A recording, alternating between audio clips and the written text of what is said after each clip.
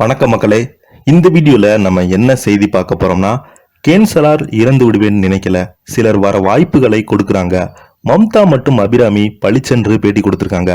வாங்க என்ன தகவல் என்ன செய்தின்னு இந்த வீடியோல முழுமையாக பார்த்து தெரிஞ்சுக்கலாம். அதுக்கு முன்னாடி நம்ம சேனலை முதன்முறையாக பார்க்கறீங்கன்னா சப்ஸ்கிரைப் பண்ணாதவங்க எல்லாம் சப்ஸ்கிரைப் பண்ணிக்கோங்க. பெல் பட்டன் சிம்பிள் அமைக்கி நம்ம சேனலோட நோட்டிபிகேஷனை எனபிள் பண்ணிக்கோங்க. நாங்க போடுற வீடியோ பார்த்தீங்கன்னா உங்களுக்கு உடனுக்குடனே வந்து சேரும்.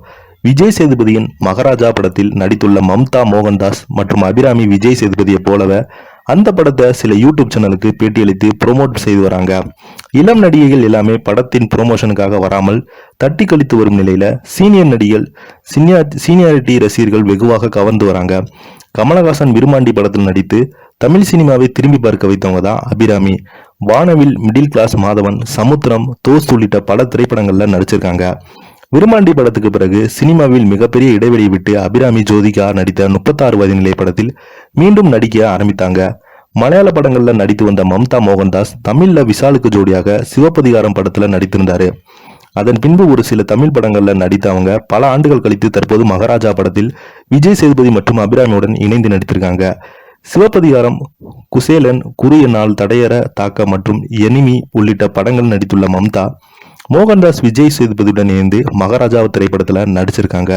புற்றுநோய் பாதிப்பின் காரணமாக சில ஆண்டுகளாகவே சினிமா விட்டு விலகி இருந்தாங்க. புற்றுநோயுடன் போராடிய நடிகை மனிஷா கோயிலா மீண்டும் நடித்து வருவதை போல மம்தா மோகன்தாஸும் நடித்து வராங்க.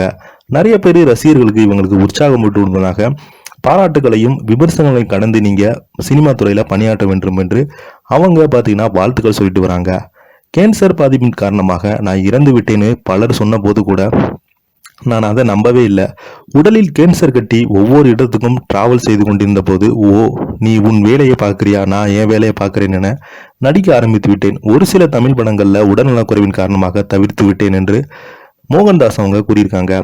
2004ஆம் ஆண்டு விருமாண்டி படத்தில் கமலுக்கு ஜோடியாக படு நெருக்கமாக நடித்த அபிராமி ரசிகர்களை இன்றளவும் விருமாண்டி அபிராமி என்று கொண்டாடுகிறாங்க. 20 ஆண்டுகள் கழித்து மீண்டும் கமலுடன் தக்கலை படத்துல, அதுவும் மணிரத்னம் இயக்கத்தில் நடித்து வராங்க. அவங்க பேசும்போது மீண்டும் கமல் சாருடன் நடிக்க வாய்ப்பு கிடைத்தது பெரிய விஷயம் எனக்கு கூறினாங்க. பலமுறை நான் கம்பேக் கொடுத்து விட்டேன். இப்போதும் என்னை அணுகுவவர்களை இந்த படம் உங்களுக்கு கம்பேக்காக அமையும் என்கிறாங்க. எத்தனை தடவை நான் கம்பேக் என ஜாலியாக பேசியிருக்காங்க. அமெரிக்காவில் தான் இவங்க இருக்காங்களா என முடிவெடுத்து பல வட வாய்ப்புகளை வராமே போய்விடுறாங்களா? அபிராமி கூட அதே அமெரிக்கா மேட்டரை வைத்து எனக்கு பட வாய்ப்புகள் வரவிடாமல் சிலர் கொடுக்குறாங்க என மம்தா மோகன்தாஸும் சொல்லியிருக்காங்க. இருவருமே இணைந்து விஜய் சேதுபதியுடன் மகாராஜா படத்தில் வெளியிட்டிருக்காங்க.